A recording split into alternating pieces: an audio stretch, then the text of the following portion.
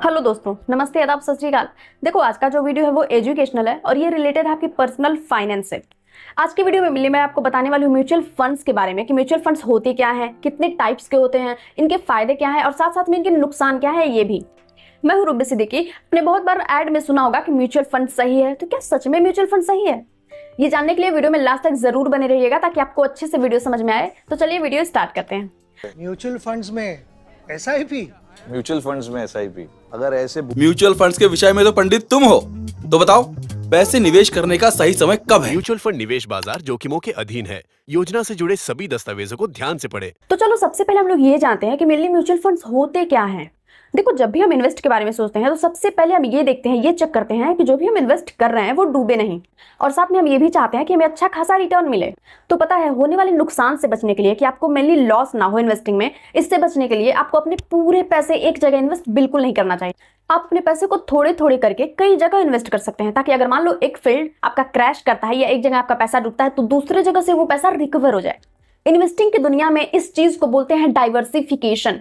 समझे? तो यानी कि डाइवर्सिफिकेशन मतलब अलग अलग जगह पैसे को इन्वेस्ट करना। देखो, मैं आपको ये इसलिए बता रही हूँ कि मेनली हमारा जो म्यूचुअल फंड्स होता है ना, इसी पर वर्क करता है और इसीलिए ये फायदेमंद भी है। अब आपको म्यूचुअल फंड्स अच्छे से समझ में आएगा। अब देखो, जो म्यूचुअल फंड्स होती है ना, वो एक टाइप की इन्वेस्टमेंट होती है जहां पर आप बहुत जगह बहुत प्रकार की इन्वेस्टमेंट एक साथ कर सकते हैं। पता है, म्यूचुअल फंड्स में आप डाइवर्सिफिकेशन का यूज कर सकते हो, वो भी सिर्फ एक ही जगह इन्वेस्ट करके। है ना कमाल की बात? देखो, जैसे आप नाम से ही जान सकते हो, म्यूचुअल फंड्स, म्यूचुअल मतलब कॉमन, फंड मतलब आपका जो इन्वेस्टमेंट है या जो पैसा है। देखो, तो म्यूचुअल फंड्स में ना बहुत सारे लोगों के पैसे को थोड़े थोड़े करके एक जगह रखा जाता है और इस कलेक्टेड पैसे को लोग उस म्यूचुअल फंड्स का AUM यानी कि एसेट अंडर मैनेजमेंट कहते हैं। अब जो ये पूरा AUM यानी कि एसेट होता है वो एक जगह कलेक्ट होता है AMC में, यानी कि एसेट मैनेजमेंट कंपनी के पास। एसेट मैनेजमेंट कंपनी मेनली वो कंपनी होती है जो म्यूचुअल फंड्स खोलती है। बेसिकली बात करें तो हम जैसे बहुत सारे लोग अपना जो पैसा होता है थोड़ा थोड़ा करके वो एसेट मैनेजमेंट कंपनी को देते हैं, और वो सारा पैसा, जो भी हम लोग का पैसा होता है, जो हम लोग दिए होते हैं, वो एसेट मैनेजमेंट कंपनी अलग अलग जगह इन्वेस्ट करती है, जहां से उसको अच्छा खासा और ज्यादा से ज्यादा रिटर्न मिल सके। अब आप सोच रहे होंगे, मिल लीजिए तो आप भी कर सकते हो, इन्वेस्ट ही तो करना है। तो मैं आपको बता दूं कि म्यूचुअल फंड में प्लस पॉइंट ये है। देखो, म्यूचुअल फंड्स कंपनी में मिलनी जो भी कलेक्टेड मनी है उसको कहाँ इन्वेस्ट करना है, उसको मैनेज करने के लिए मिलनी बहुत सारे अच्छे खासे प्रोफेशनल्स होते हैं, जिन्हें हम लोग बोलते हैं फंड मैनेजर, और वो खुद आपके पैसे को मैनेज करते हैं। देखो, मेनली म्यूचुअल फंड में प्लस पॉइंट ये होता है कि अगर आप बिगिनर हो इन्वेस्टिंग में तो भी आपको चिंता करने की कोई बात नहीं है, क्योंकि जो भी आप इन्वेस्ट कर रहे हो उसको और अलग जगह जहां इन्वेस्ट करना है उसको मैनेज करने के लिए फंड मैनेजर्स हैं जो अच्छे खासे जानकार होते हैं।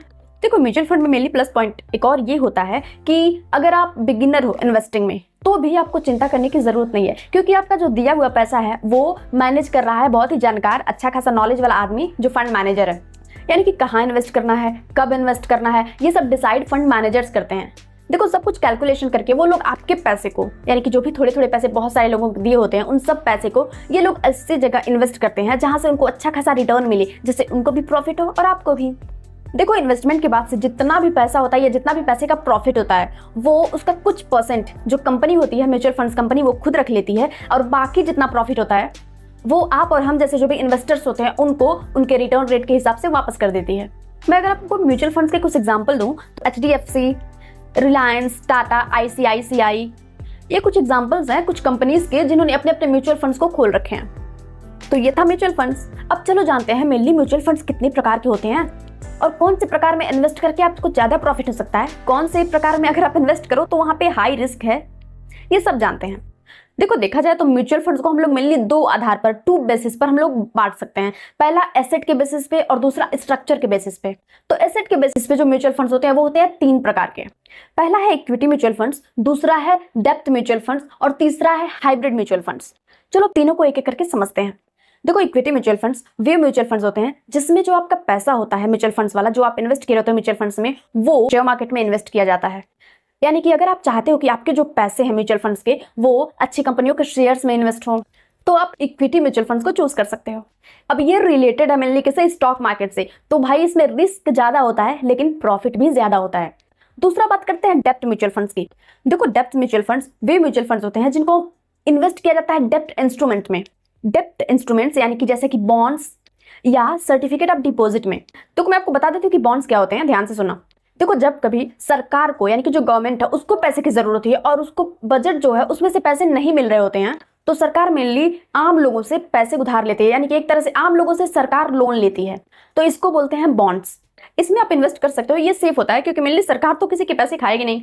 इसमें इन्वेस्ट करने के बाद से टाइम लिमिट खत्म होने के बाद से सरकार आपको फिक्स इंटरेस्ट पे पैसे वापस लौटाती है।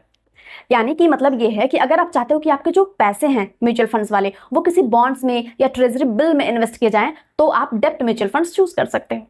देखो इसमें ना यानी कि डेब्ट म्यूचुअल फंड्स में जो रिस्क होता है और जो प्रॉफिट होता है वो इक्विटी म्यूचुअल फंड से बहुत ज्यादा कम होता है। यानी कि इसमें आपका पैसा डूबेगा तो नहीं, लेकिन बहुत ज्यादा फायदा नहीं होगा। तीसरा बात करते हैं हाइब्रिड म्यूचुअल फंड्स की। अब हाइब्रिड आपको नाम से ही लग रहा होगा, हाइब्रिड यानी कि दो चीजों का मिक्सचर, यानी कि इसमें इक्विटी म्यूचुअल फंड्स और डेब्ट म्यूचुअल फंड्स दोनों का जो मिलाद हो गया, दोनों का मिक्सचर जो होता है वो होता है हाइब्रिड म्यूचुअल फंड्स। यानी कि हाइब्रिड म्यूचुअल फंड्स में आपके जो पैसे होते हैं म्यूचुअल फंड्स वाले वो कुछ इन्वेस्ट किए जाते हैं शेयर मार्केट में, कुछ इन्वेस्ट किए जाते हैं बॉन्ड्स में। यानी कि अगर आप मान लो बहुत ज्यादा हाई रिस्क नहीं लेना चाहते हो लेकिन आप कुछ पैसे इन्वेस्ट करना चाहते हो फिर भी स्टॉक मार्केट में, तो हाइब्रिड म्यूचुअल फंड्स आपके लिए बेस्ट है, क्योंकि यहाँ पे आपके सारे पैसे शेयर मार्केट में नहीं लगते हैं, कुछ पैसे बॉन्ड्स में भी लगते हैं जहां पर रिटर्न कंफर्म है किया जाता है। देखो हाइब्रिड जो म्यूचुअल फंड है उसमें जो रिस्क और रिटर्न होता है यानी कि जो प्रॉफिट होता है वो इक्विटी म्यूचुअल फंड से कम होता है, लेकिन जो डेब्ट म्यूचुअल फंड है उससे ज्यादा होता है। अच्छा, तीनों म्यूचुअल फंड जानने के बाद से आपको कौन सा म्यूचुअल फंड सेफ लगता है? मतलब अगर आपको चूज करना हो किसी एक म्यूचुअल फंड को तो आप कौन सा चूज करोगे? कमेंट में जरूर बताना। तो गाइज ये था एसेट के आधार पे म्यूचुअल फंड्स के 3 प्रकार। बाकी अब हम लोग जानेंगे स्ट्रक्चर के बेसिस पे कौन कौन से म्यूचुअल फंड्स होते हैं। तो चलो स्टार्ट करते हैं। स्ट्रक्चर के बेसिस पे पहला जो म्यूचुअल फंड होता है वो होता है ओपन एंडेड म्यूचुअल फंड। देखो ओपन एंडेड म्यूचुअल फंड्स ऐसे म्यूचुअल फंड्स होते हैं जिसमें आप कभी भी इन्वेस्ट कर सकते हो और कभी भी ये जो आपका इन्वेस्टमेंट है उसको सेल कर सकते हो। मतलब आप जब तक चाहे तब तक इन्वेस्ट कर सकते हो, आपका जब मन चाहे तो आप इसको बंद कर सकते हो। दूसरा होता है क्लोज्ड एंडेड म्यूचुअल फंड। देखो जो क्लोज्ड एंडेड म्यूचुअल फंड होता है ऐसा म्यूचुअल फंड होता है जिसमें आप सिर्फ इन्वेस्टिंग स्टार्ट में ही कर सकते हो, मतलब आप सिर्फ इसमें एक ही बार इन्वेस्ट कर सकते हो। पता है इसमें एक प्रॉब्लम होती है कि म्यूचुअल फंड में इन्वेस्ट करने के बाद से जब तक आपका टर्म यानी कि जो टाइम पीरियड है वो खत्म नहीं रहता तब तक आप इसको सेल नहीं कर सकते, आपका पैसा वापस नहीं मिल सकता। यानी कि जब तक म्यूचुअल फंड का जो टर्म है टाइम है वो एंड नहीं हो जाता तब तक ना ही आप इसमें इन्वेस्ट कर सकते हैं ना ही इसको सेल कर सकते हैं। तीसरा होता है इंटरवल म्यूचुअल फंड। देखो इंटरवल म्यूचुअल फंड ऐसा म्यूचुअल फंड होता है जिसमें आप एक मेनली टाइम इंटरवल में ही इन्वेस्ट कर सकते हो या सेल कर सकते हो, और ये जो इंटरवल्स कब होंगे जब आपको इन्वेस्ट करना है या सेल करना है ये डिसाइड करती है म्यूचुअल फंड्स कंपनी। तो ये थे मेनली स्ट्रक्चर के आधार पे 3 तरह के म्यूचुअल फंड्स। आपने बहुत बार सुना होगा, बहुत लोगों से सुना होगा कि म्यूचुअल फंड्स होते हैं वो सही होते हैं। तो भाई कितने सही होते हैं, चलो देखते हैं इसके फायदे क्या हैं।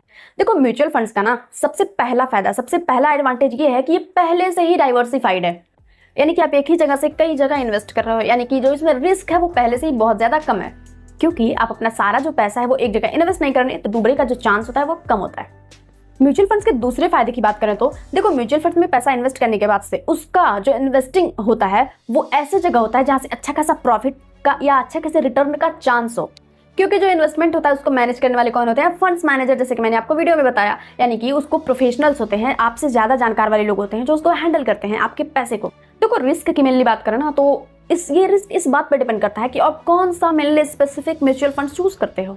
और म्यूचुअल फंड का सबसे बड़ा और तीसरा फायदा ये है कि ये होता है अफोर्डेबल, हर कोई कर सकता है, क्योंकि म्यूचुअल फंड्स में आपको कोई बहुत बड़ा अमाउंट एक ही बार में इन्वेस्ट नहीं करना होता और आप SIP का यूज करके इसमें हर महीने छोटा छोटा अमाउंट भी इन्वेस्ट कर सकते हो। तो एट लास्ट हम कह सकते हैं कि स्टॉक मार्केट के कंपैरिजन में, गोल्ड के कंपैरिजन में या रियल एस्टेट के कंपैरिजन में जो म्यूचुअल फंड्स है वो कम रिस्की है। तो गाइस ये थे म्यूचुअल फंड्स के फायदे। देखो हम लोग म्यूचुअल फंड्स के बारे में सारी अच्छी अच्छी बातें जान चुके हैं, तो क्या सच में म्यूचुअल फंड सिर्फ अच्छा ही होता है? मतलब इसमें कोई बुराई नहीं है? बिल्कुल नहीं, इसमें भी बुराई है, क्योंकि ऐसा कभी नहीं होता कि जिसमें फायदा हो तो उसमें नुकसान ना हो। तो चलिए जानते हैं भाई कि आखिर इसमें क्या कमी है, म्यूचुअल फंड्स में क्या क्या डिसएडवांटेजेस हैं। देखो म्यूचुअल फंड का सबसे पहला डिसएडवांटेज यही है कि हमें इसमें ऐसे लोगों पर भरोसा करना होता है जिनको हम नहीं जानते, जो होते हैं फंड मैनेजर्स। हाँ, जैसे कि मैंने बताया कि वो प्रोफेशनल्स हैं, अपने काम में माहिर हैं, लेकिन कोई ज़रूरी थोड़ी है कि हर बार वो सही हो। तो इसमें हम लोग बिना जाने दूसरे पर भरोसा करके अपना पैसा उसको देते हैं यूज़ के लिए, तो ये इसका पहला डिसएडवांटेज है, यानी कि नुकसान है। इसका दूसरा कमी यानी कि दूसरा डिसएडवांटेज ये है, यानी कि जहाँ पे आप इन्वेस्ट कर रहे हैं वो कंपनी कैसी है। कहीं कंपनी बहुत ज़्यादा ग्रीडी यानी कि लालची है। देखो क्योंकि बहुत सारे म्यूचुअल फंड्स की जो कंपनीज होती हैं वो ऐसी होती हैं जिनको सिर्फ अपने आप पैसे कमाने से मतलब होता है, यानी कि जो भी पैसे वो ले रहे हैं उससे रिटर्न मिलता है, लोगों को प्रॉफिट मिलता है, इससे उनको कोई मतलब नहीं होता। क्योंकि म्यूचुअल फंड में जितने भी पैसे आ रहे हैं उसका कंपनी 1 से 2% खुद से लेती है। तो उनको पैसा मिलने के बाद से बहुत सारी अच्छी कंपनियां जो नहीं है वो सोचती हैं कि पैसा वापस दिया जा रहा है नहीं दिया जा रहा है उससे फर्क नहीं पड़ता, लेकिन बस उनको पैसा मिलना चाहिए। तो ये इसका डिसएडवांटेज है, इसलिए बहुत ही सोच समझ के और ध्यान से चूज करना चाहिए म्यूचुअल फंड्स को। देखो, म्यूचुअल फंड की सबसे बड़ी और तीसरी कमी ये है कि ये मेनली म्यूचुअल फंड्स के हाथ में नहीं है कि वो कब शेयर में इन्वेस्ट करता है और कब शेयर को सेल करके पैसे निकालता है। ये होता है आपके या हम जैसे लोगों के हाथ में, यानी कि जो म्यूचुअल फंड में इन्वेस्ट करते हैं। तो अब पता है, जब भी मार्केट में क्रैश होता है या थोड़ा उतार चढ़ाव होता है तो आप बिना फायदा जाने नुकसान जाने आप जो भी फंड मैनेजर होते हैं उसकी राय नहीं सुनते हो और अपना जो भी शेयर होता है उसको बेचकर अपने पैसा वापस का डिमांड करते हो, यानी कि आप अपना जो भी पैसा उसका रिडेम्पशन चाहते हो। अगर आप ऐसा करते हो तो जो भी फंड मैनेजर है वो जान रहा है कि उसको आगे जाके प्रॉफिट होने वाला है, तो भी मजबूरी में जो भी आपका शेयर है उसको लॉस में बेचकर आपको पैसा उसको रिटर्न करना पड़ेगा। इससे क्या होता है, देखो, आपको भी नुकसान होता है और जो म्यूचुअल फंड्स कंपनी होती है उसको भी नुकसान होता है। इसीलिए जब भी आप इन्वेस्टिंग कर रहे हो, जो भी बिगिनर्स से वही घबराते हैं उतार चढ़ाव पे। जो लोग अच्छे पहले से बहुत ज़्यादा दिन से इन्वेस्ट कर रहे हैं वो लोग घबराते नहीं है, क्योंकि इन्वेस्टिंग में मेनली उतार चढ़ाव आते रहते हैं। तो घबरा कर शेयर को बेचना नहीं चाहिए। और जो भी हमारे फंड मैनेजर्स हैं वो हमसे ज़्यादा जानकारी वाले हैं, तो उनकी बातें को सुनना चाहिए। तो गाइस, ये थी म्यूचुअल फंड्स की कुछ कमियां। तो अगर आप म्यूचुअल फंड मेनली ध्यान दो, चूज करो, तो इन कमियों को ध्यान में रखकर ही चूज करना। चलो मैं आपको ये बता दूं कि मेनली म्यूचुअल फंड को यूज कहाँ करना चाहिए। मतलब जो भी टीनेजर्स हैं या हम जैसे स्टूडेंट्स हैं उनको अगर इसके बारे में जानकारी हो तो बहुत ज़्यादा फायदा हो सकता है कि म्यूचुअल फंड्स को मेनली यूज करना कहाँ चाहिए। मतलब म्यूचुअल फंड्स मेनली ज़रूरी कब होता है। देखो, म्यूचुअल फंड को मेनली यूज करना चाहिए ना अपने फ्यूचर के लिए, यानी कि आज से 10 साल 15 साल बाद के लिए, आपके गोल प्लानिंग के लिए। जैसे कि मान लो आज के 10 साल बाद आपको अपने बच्चों को शादी करनी है, आज के 15 साल बाद मान लो आपके बच्चों के लिए स्टडी के लिए बहुत सारे पैसों की ज़रूरत है, या मान लो आज से 25 साल बाद आपका रिटायरमेंट है, उसके बाद आपको पैसे की ज़रूरत हो। तो इन सब चीज़ों के लिए मेनली आप म्यूचुअल फंड को यूज़ कर सकते हो। यानी कि जब भी आपको उतना समय बीतने के बाद से 10 साल 15 साल बाद आपको पैसे की नीड हो तो उस समय आपको अच्छा खासा रिटर्न पैसा मिले। और हाँ, जैसे कि मैंने शुरुआत में बताया था कि मैं लास्ट में आपको बताऊंगी 3 बेस्ट म्यूचुअल फंड्स के बारे में जो आज आप चाहो तो इन्वेस्ट कर सकते हो, यानी कि 2024 में। देखो, आज के हिसाब से 3 अगर हम लोग बेस्ट म्यूचुअल फंड्स की बात करें तो पहला है Nippon India mid cap fund, और दूसरा है Tata mid cap growth mid cap fund, और तीसरा है SBI स्मॉल कैप फंड। तो देखो, ये ऐसे म्यूचुअल फंड हैं जो आपको अच्छा खासा रिटर्न दे सकते हैं। लेकिन मैं आपको बताना चाहूँगी कि अगर आप इन्वेस्टिंग में इंटरेस्टेड हो या इन्वेस्ट करना जा रहे हो तो उससे पहले अच्छे से जानकारी लेना, अच्छे से सब कुछ जानने के बाद ही इन्वेस्टिंग करना।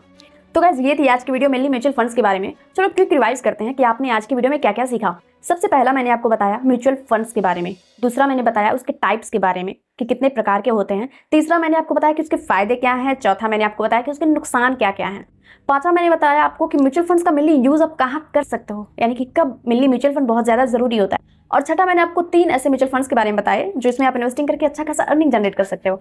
तो गाइस, ये थी आज की म्यूचुअल फंड्स के बारे में टोटल वीडियो। आई होप आपकी वीडियो पसंद आया हो। बाकी अगर आपको कोई क्वेरी हो, कोई क्वेश्चन हो तो आप कमेंट में पूछ सकते हो। तो अगर आपको वीडियो पसंद आया हो, अच्छी नॉलेज लगी हो तो आप ये अपने दोस्तों को शेयर कर सकते हो, चैनल को सब्सक्राइब कर सकते हो, और ऐसे ही अमेजिंग वीडियो के लिए आप बेल आइकन जरूर प्रेस कर देना ताकि आपको मेरा अगला आने वाला वीडियो सबसे पहले नोटिफिकेशन उसका मिले। बाकी मिलते हैं अगली वीडियो में ऐसे ही अमेजिंग कंटेंट के साथ। अल्लाह हाफिज़।